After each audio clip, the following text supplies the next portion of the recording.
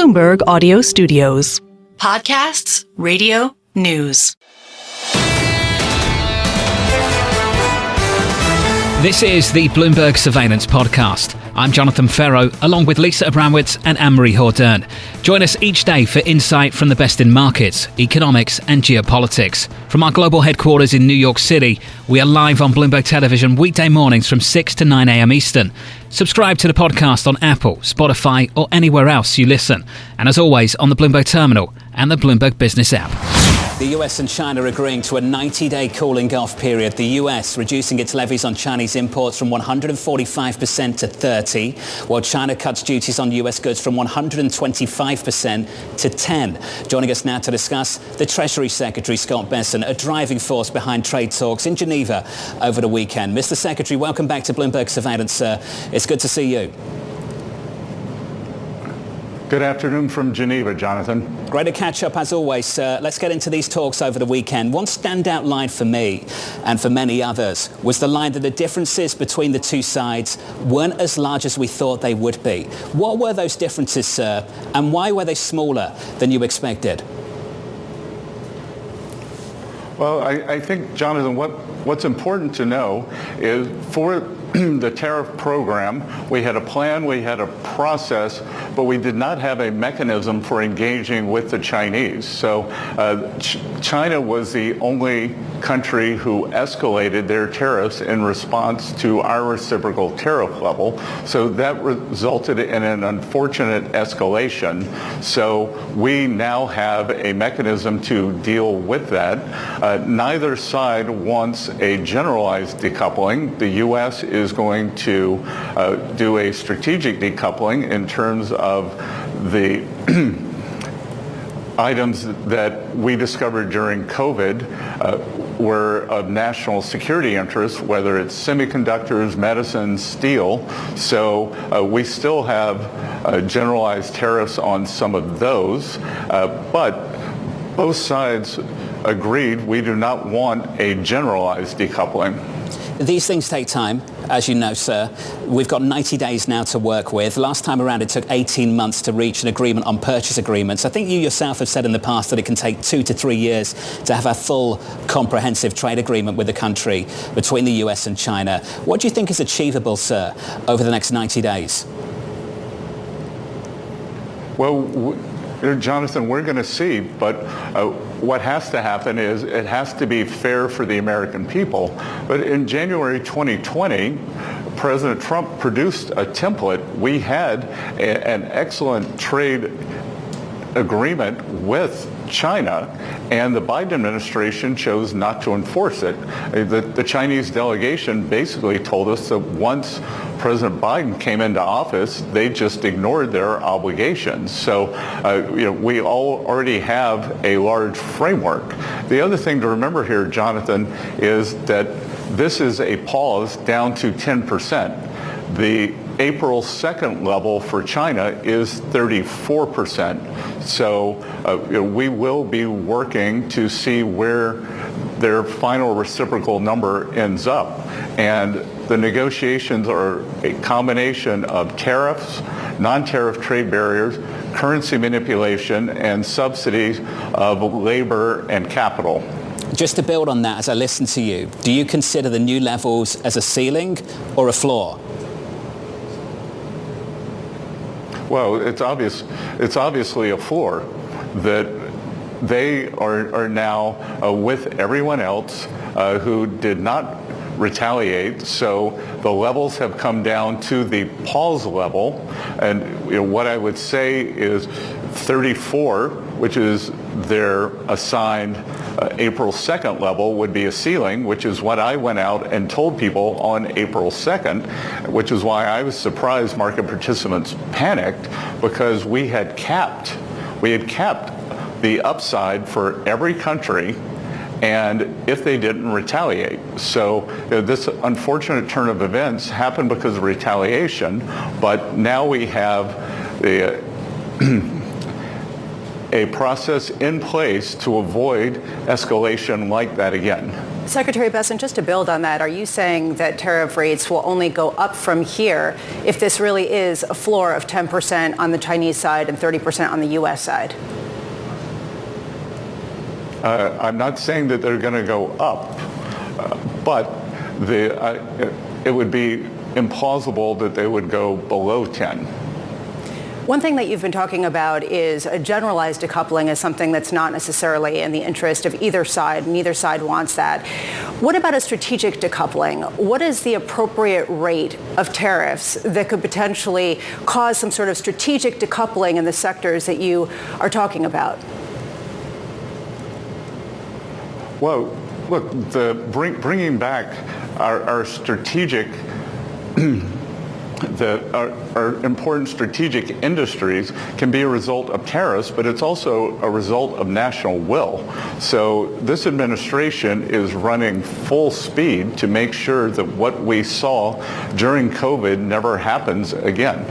So it's a combination of, it can be tariffs, but again, it is the administration moving as quickly as possible to make sure that we are self-sufficient in the strategic industries. I think that's completely understandable from the United States side. And I wonder, Mr. Secretary, whether the Chinese understood that. Did you get the sense they do understand that that will be the road forward for the United States?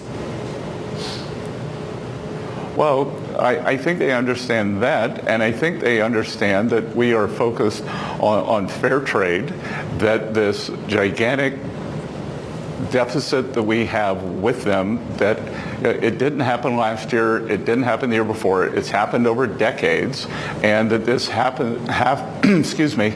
to be remedied. The China shock gutted our manufacturing sector, and we want to bring that back. On the other side, Party Chair Xi has said that he would like to increase consumption, but to date, the Chinese have just increased manufacturing. So we would like to see them increase consumption. We would like to see them open their market to American products. So there are two ways to rebalance. One is fewer Chinese goods in the U.S. market. The other is more American goods in the Chinese market, and my guess is that the answer is somewhere in between. Some of this, of course, takes us back to the purchase agreements of the first term of the president. Is it different this time around? Is it as simple as just revisiting those purchase agreements, or do you see additional sectors being targeted? Jonathan, I think everything's on the table, but the Phase 1 purchase agreements is a very good roadmap, because I will point out that during 2020, China met their obligations under that agreement. It was only under President Biden where they neglected them. So we are starting there, and look, the world has changed, products have changed, product mix has changed, so I think everything's on the table. But the main thing here is we have to have a fair deal for the American people. And keep in mind, too, that we also have 20% fentanyl tariffs on. So we are at, for 2025, we have put on 30% tariffs. They have put on 10. And my economic observation is that businesses just need time to calibrate. That we saw approximately 20% tariffs from President Trump's first term. Businesses calibrated, supply chains moved. We have seen 20% tariffs President Trump put on in February due to the fentanyl crisis, calibration, very little disruption, and now a 10% additional tariff should mean very little disruption. Mr. Secretary, a lot of people are wondering what caused the softening in tone. The reason for both sides to come together and be able to have this kind of negotiation and chart a path forward where there will be further negotiations in the near term. What's your interpretation of what caused both sides to come to the table? Well, I think that the two levels on the reciprocal tariffs, when they both ratcheted up to 125, caused the equivalent of an embargo, and that wasn't good for either side. We're the deficit country, so less bad for us, but I think there was the unintended consequence of this very fast ratchet.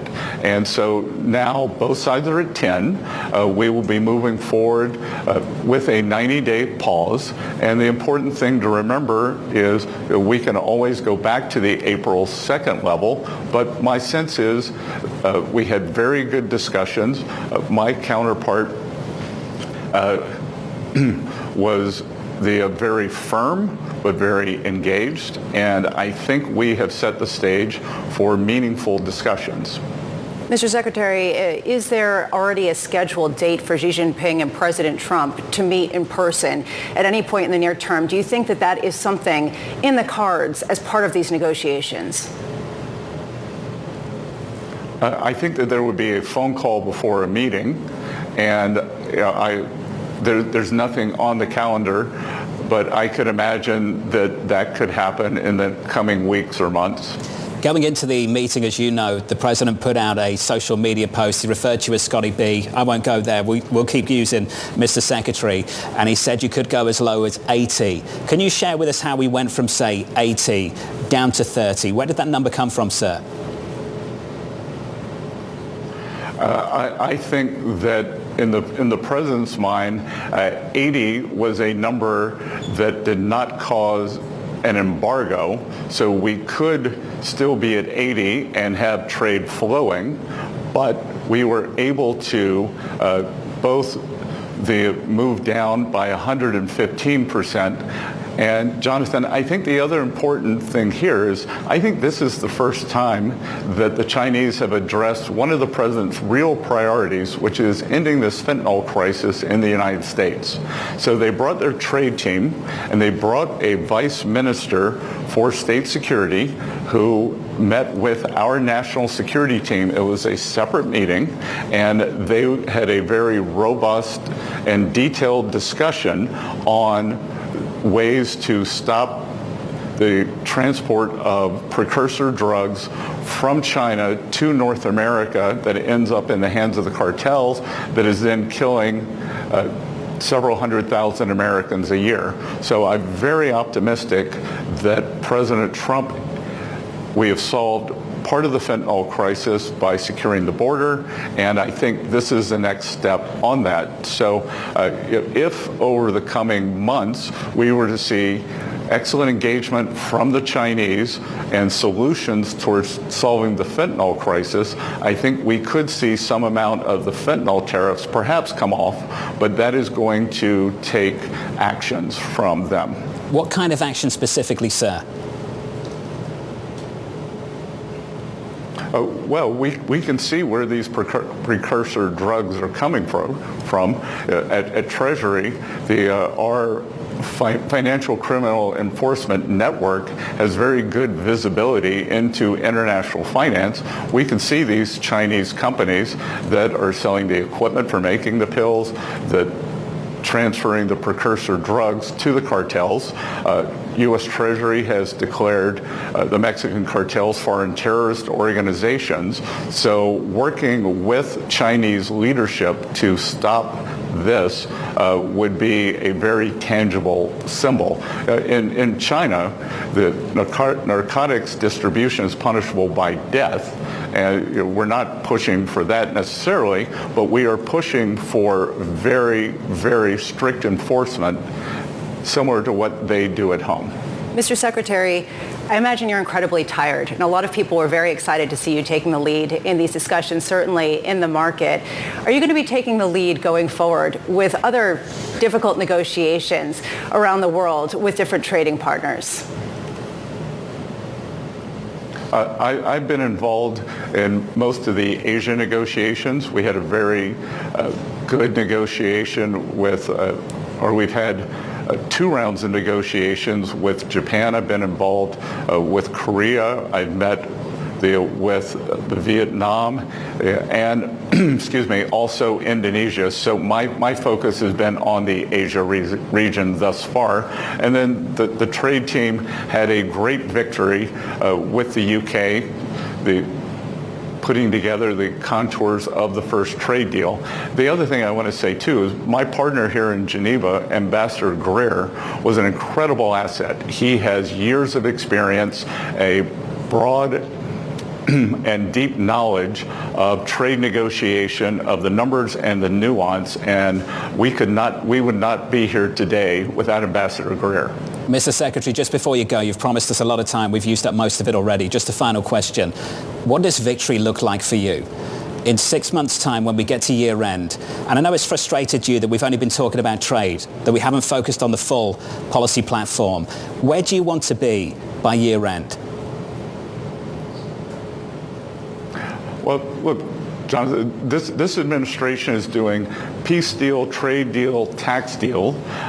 I try to stay mostly, as you know, in my econ lane. So from that lane, victory to me looks like the three-legged stool that really, or the three parts of our program really kicking in. So we will have most of the trade and tariffs settled. The tax bill is moving along very well, better than I could have imagined. Speaker Johnson, Leader Thune are doing an incredible job with President Trump's leadership. So we will have tax done.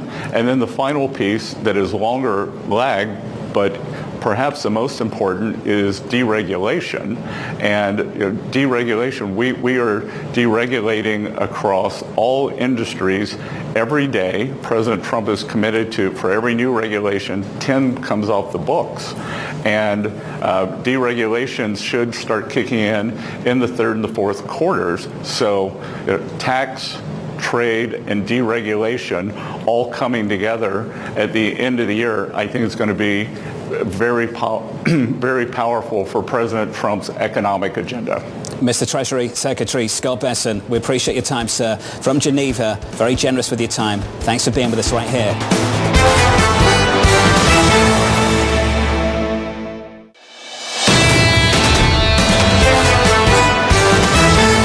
Meera Pandit of JPMorgan writing, we do not want to be lulled into a false sense of security. While the volatility we saw in April may have been the high watermark, that doesn't mean volatility is behind us altogether. Meera joins us now for more. Meera, good morning. Good morning. Have we put all the bad news behind us?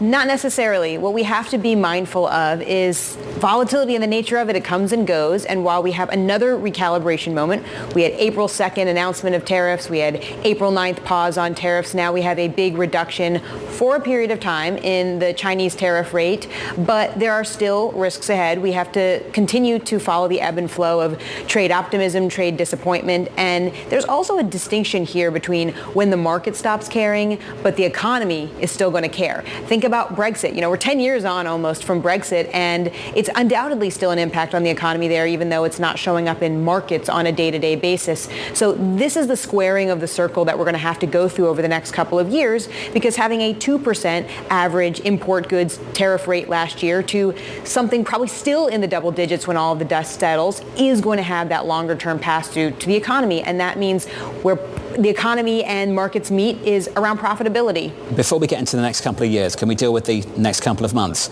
How will you digest the incoming information? What will you ignore? What will you choose to put some weight on?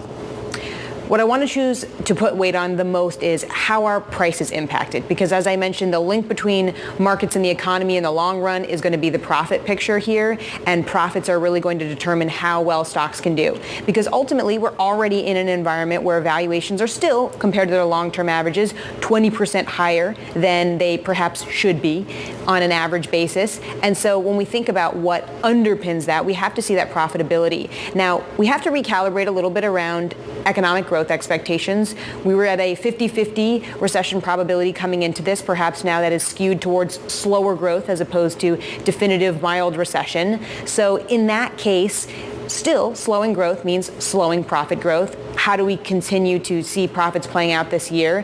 What are the risks from tariffs? Well, you have potential revenue slowdown. How much? You have potential pricing increases. How much gets passed on to an exhausted consumer versus how much get absorbed by historically very high margins?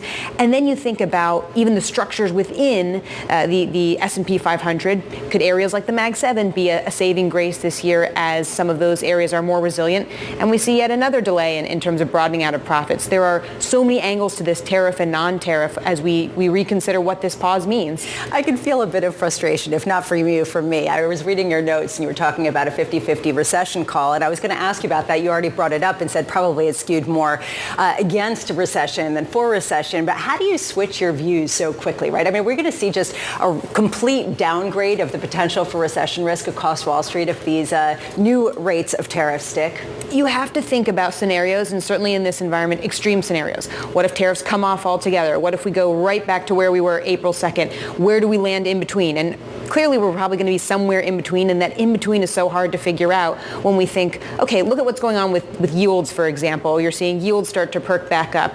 If one of the factors that's been weighing on yields has been lower growth, and all of a sudden that is potentially alleviated to some extent, then you have yields moving in a different direction here. I mean, everything in the market, whether it's equities or fixed income, has been so sentiment driven this year. It's really hard to ground yourself. It's trade fears versus trade optimism, and you're switching back and forth. So we are trying to figure out where to ground ourselves in the in-between state, which we're likely going to end up in. Where is that place? Is that gold?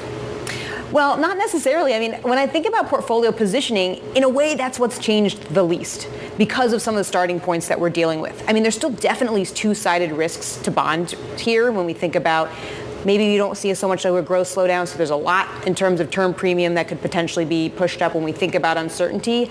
On the other hand, when you think about the basic dynamics of if we were to see on the ag bond index a 1% rise in rates, certainly not what we expect, you'd be looking at a sell-off of about 1.5% over total return a year in your bond allocation. So you're still actually looking at somewhat of a contained impact there. And despite overall yields biased upwards, you've actually seen that most areas of the bond market have been positive.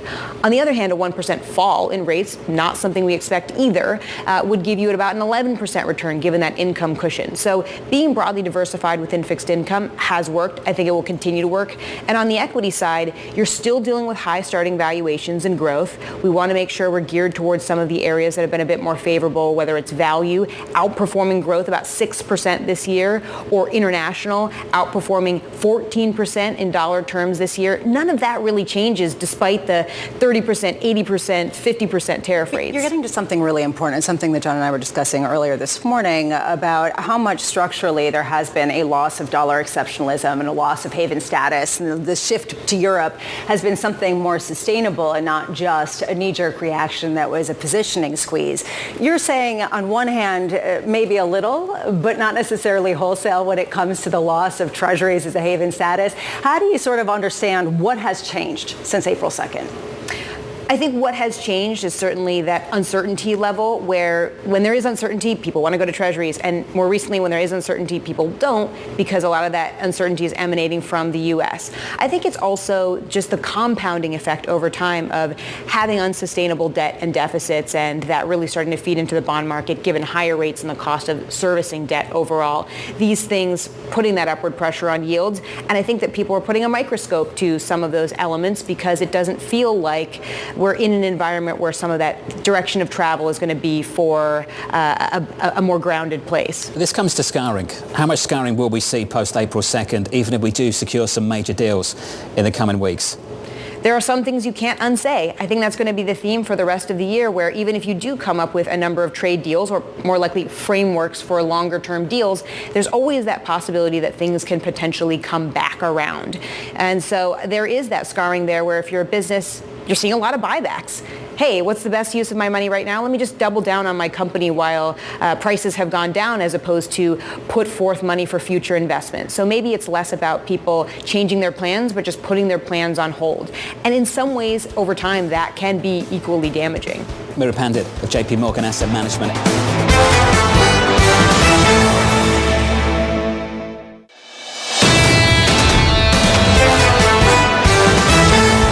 Seth Carpenter of Morgan Stanley. joins us around the table. Seth, good morning to you, sir. Hey, Jonathan. Quick how are you? thought exercise. I'm okay. If the Federal Reserve knew what they knew this morning, would they have changed the statement in the way they did last Wednesday? I don't think they would have. Look, where are we? Right now, we're going to get a CPI report tomorrow, and it's going to be pre-tariff for the most part, maybe a little bit in autos, but essentially that's also going to be pre-tariff. And they're going to want to look at that to see, are they learning anything on inflation? And so what they said at the last meeting was there's uncertainty. There's uncertainty on the inflation side. There's uncertainty on the growth side. Does the news that we've got in the past 24 hours change that? I'm not really convinced that it makes a massive difference because the announcement was that tariffs will come down from the peak, still be above where they were at the beginning of the year. And I think we have seen a few times in the past few weeks, times where one announcement gets made and then it's reversed 24 hours, 48 hours later. I'll believe this is real when I've seen it in place for a while and it actually starts to affect the trade flows. Your assessment of the risk, though, for inflation, for growth, are they still tilted to the downside for growth and tilted to the upside for inflation? Is that how you see the risk? Unquestionably. So we do still, no matter how you slice it, have higher tariffs this year than we had coming into the year. And so that's got to push up inflation. Now in 2017, 2018, 2019, I said, much like what you've heard from Powell, the inflation side of things from tariffs likely to be temporary. Might even use the word transitory if it hadn't become taboo. That's still very likely to be the case. However, now versus then, we have lived through years of higher inflation, and it's not at all clear where businesses and households' minds are for how inflation dynamics get going. So I think there is still upside risk to inflation. The downside, businesses that plan, businesses that are going to undertake investment spending, businesses that are going to make hiring plans would like to have some certainty, and we have none of that. And again, just because there was a statement that there was a plan to make a plan to have a deal does not take away that uncertainty. So again, the risk to the downside on growth, I think, is real and present danger. A number of guests have come on the show this morning and said that at the very least, it does make recession look more like a remote possibility rather than a 50-50 type of possibility. Do you agree with that? So I think it probably has to lower the probability. Remote seems a little bit optimistic. Again, how much of an effect does the overall uncertainty affect business spending? I think I know pretty clearly what the direction is. I don't think I have any conviction I know exactly what the magnitude is. And so to be able to say it's going to slow things down a little bit, but not so much to tip us over, that's our baseline view. Don't get me wrong. I just don't know how you have conviction there to call it remote. It sort of raises the point of the Fed's reaction function. It's something that's interesting when you look at Fed funds futures this morning. You're only seeing 2 rate cuts getting priced into the market from 4 last week. It highlights this idea that without some sort of rapid deterioration akin to a recession, you're not going to see that rapid response from the Fed that could be 125 basis points of rate cuts like Citi's Andrew Hollenhorst has called for. How much do you take signal versus noise from the market's reaction? I mean, would you agree with the current assessment? I would not. In fact, we've been far, far, far out of alignment with the market pricing has been. We have said even before this announcement about the possible de-escalation on tariffs, we had said the market calling for 3 or maybe 4 rate cuts this year was overdone. We don't have any cuts in our forecast for this year. The market's coming towards us, which is always a comfortable place to be. But the Fed's got a really tricky challenge. Tariffs, even if it's at a lower level of tariffs, they will push up inflation, and that probably happens faster than any hit to growth that we're going to see in the hard data, which is where the Fed is really living. And so what does that mean? They have to watch things come in, and they can't take anything for granted. We often cite you and Mike Gapen, because you are at zero cuts for 2025. And because we're both tall and good looking. Of course, that too. That's why I do it. Andrew Hollenhorst at Citi, another tall and good looking gentleman, is at 125 basis points of cuts for 2025. And we've said repeatedly, you can drive a truck through those estimates. They believe the labour market weakens in the coming months. What gives you the confidence that it won't? I think a few things. One, the U.S. economy tends not to shift quite so dramatically. We do have a big slowdown in our forecast for the next several months. So I think that in that regard, it's likely to happen. But the first thing you need to see is businesses pull way back on the hiring, and then you're likely to see businesses start the firing process. And you need both of those to happen first before the Fed can go into a full-fledged cutting cycle. Very difficult to see they get there to get that amount of cutting this year. Seth, it's good to see you, sir. Thanks, Thanks for dropping by. Thank you. The tall and good-looking Seth Carpenter there of Morgan Stanley.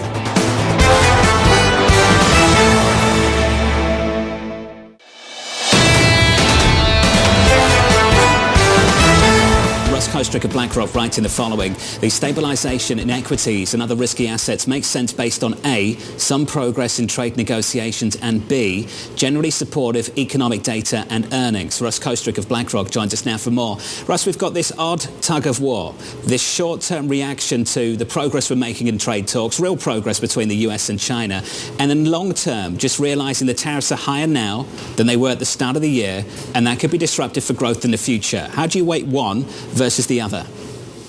Well, good morning, Jonathan. It's funny, whatever you write 2-3 days ago probably is stale, given the pace at which headlines are coming out. But I think you're right. I think we are in a tug of war. Obviously, this morning we got some very good news. It reduces the risk that we're going to see a serious economic contraction. It reduces some of the uncertainty. It reduces some of that left tail. Having said that, we still have to contend with a few things. One of which is there's still uncertainty. The second of which is how much did the previous disruption hurt economic activity, whether it was at the consumer level or at the corporate level. And third, and again, valuations are not the best short-term timing tool, dealing with the fact that even with the pullback we had earlier in the year, S&P's back to trading at 21 times future earnings. That's a big number given all the other things going on. So I do think it's a tug of war. I think we're still in a range, although that range is probably higher on the upside and lower on the downside than it was on Friday. Did we learn anything, Russ, that makes you materially change your allocation given some of the uncertainty that remains out there? I don't think we would change our allocation. I mean, a lot of the themes we were thinking about on Friday are still in place. One of the things that we were looking at that I do think is going to probably work in the back half of the year, we had that big rotation earlier in 2025. Everyone piled into defensive parts of the market, whether it were staples, utilities. I don't think that was right. And that really made sense only if you expected a recession. To the extent the odds of that are lower, we're probably going to muddle along with the economy.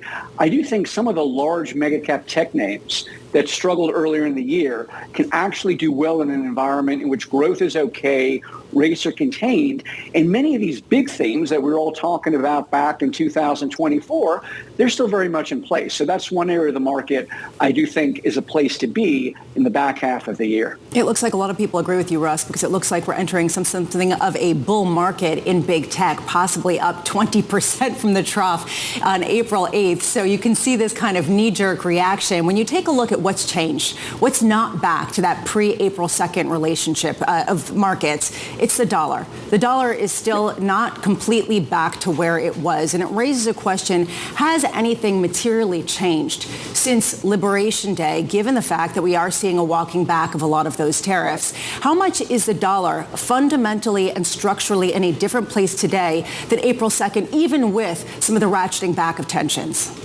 Well, I think there's definitely more uncertainty. And you've got to ask the question, are we going to see some diversification out of dollar-based assets from international investors? And I think that's still very much an open question, given the fact that trade is going to look different going forward than it did, 2, 3, 5, 10 years ago. Having said that, it's interesting. There's been a lot of agonizing about the dollar, and I think that's right. But having said that, the dollar has basically been in a range mostly between about 100 and 110 in the DXY. It was down at the lows around 11, 12%. We had seen similar pullbacks in the last 5 years, even without these generational or potentially generational shifts in trade. So I think the outcome on the dollar is still very much a question mark. And we may not know that for a period of time as we start to see how international investors really are behaving. Russ, in some ways, it's part of the same question. How to manage your exposure to U.S. Treasuries. What have you and the team done? Has anything changed for you guys over the past few weeks? And would it flip back based on the discussions we heard over the weekend? So, Jonathan, it's really interesting. Our duration position has not changed much this year, despite all of the volatility. We've been slightly underweight our benchmark in duration. Most of that is on the long end of the curve. As we've spoken about in the past, we do like credit. And I think that's still probably about right. We've seen that back up in yields this morning. So I think, as of now, that positioning seems to be about where we want to be. But it's worth keeping in mind, even before we started talking about the dollar and we started talking about whether or not international investors would abandon the dollar, there were those concerns about supply, that concern about the deficit, about whether or not that was going to have some negative impact on the long end of the curve through the term premium, those concerns are still there. So I do think while we are closer to benchmark, a little bit of an underweight on the long end probably still makes sense. And those concerns, Russ, as you know, are pretty durable. They're not going anywhere. The big question was whether international investors would be willing to finance that deficit or whether we would need one or the other or a combination of the two, which is a weaker dollar or higher bond yields. Do you think we've settled some of those issues or do they remain as well? Well, I think they remain. I think it's certainly too early to declare all clear. And I think a little bit of caution, particularly given the fact that we do have those structural deficits. You're exactly right. And the term premium is not so high that you're being generously compensated to go out on the curve and take that risk. The other point is, do you really need to? Rick Reeder has spoken about this on many occasions. If you have an environment where credit spreads are maybe not great, but the absolute yield you can generate on a high-quality credit portfolio is 6 or 7%, do you really need to take a risk going out to 10-year on the U.S. Treasury? Maybe not. Hey, Russ, appreciate your time. As always, it's going to be another busy week. Russ Koesterich there of BlackRock. Russ, thank you. This is the Bloomberg Surveillance Podcast, bringing you the best in markets, economics and geopolitics. You can watch the show live on Bloomberg TV weekday mornings from 6 a.m. to 9 a.m. Eastern. Subscribe to the podcast on Apple, Spotify or anywhere else you listen. And as always, on the Bloomberg Terminal and the Bloomberg Business app.